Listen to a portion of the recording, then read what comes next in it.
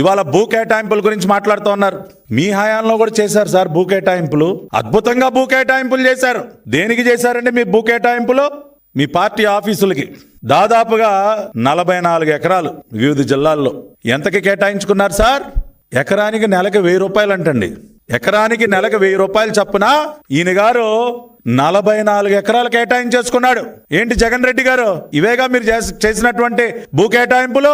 ప్రతి జిల్లాలో విలువైనటువంటి స్థలాలను మీ పార్టీ ఆఫీసుల పేరుతో ఆక్రమించుకొని అక్కడ మళ్ళీ ప్యాలెస్లు మీ ఇష్టానుసారం.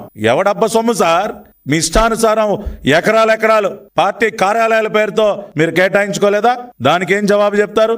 శారదాపీఠం స్వామీజీ గారికి 15 ఎకరాలు దాదాపుగా 230 కోట్ల రూపాయలు విలువైనటువంటి భూమిని కేవలం ఎకరం 15 లక్షల రూపాయలకి ఇచ్చారు శారదాపీఠం మీ స్వామీజీ గారు, మీ రాజగురువు గారికి.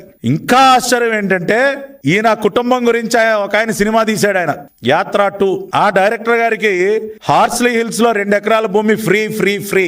ఎలా ఇస్తారు సార్ ఉచితంగా? అంటే మీరు తీమన్నట్టు సినిమా తీస్తే భూములు ఇచ్చేస్తారా?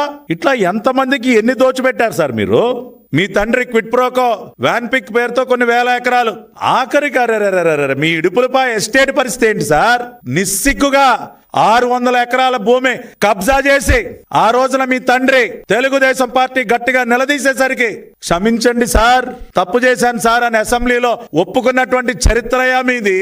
మీరు భూ కేటాయింపుల గురించి మీరు మాట్లాడతారా? మీ ఎస్టేట్ కోసం 600 ఎకరాలు దళితులకి, దళిత బిడ్డలకి దక్కాల్సినటువంటి అసైన్ ల్యాండ్స్ ని మింగినటువంటి చరిత్రయా మీది. నిస్సిగ్గుగా చేతులు జోడించి బాబు నన్ను క్షమించండి అసెంబ్లీలో మీ తండ్రి క్షమాపణలు కోరాడయా. మర్చిపోయారా? ప్రజలు మర్చిపోతారనుకున్నారా? ఇవాళ మీరు భూ కేటాయింపుల గురించి మీరు మాట్లాడుతూ ఉన్నారు.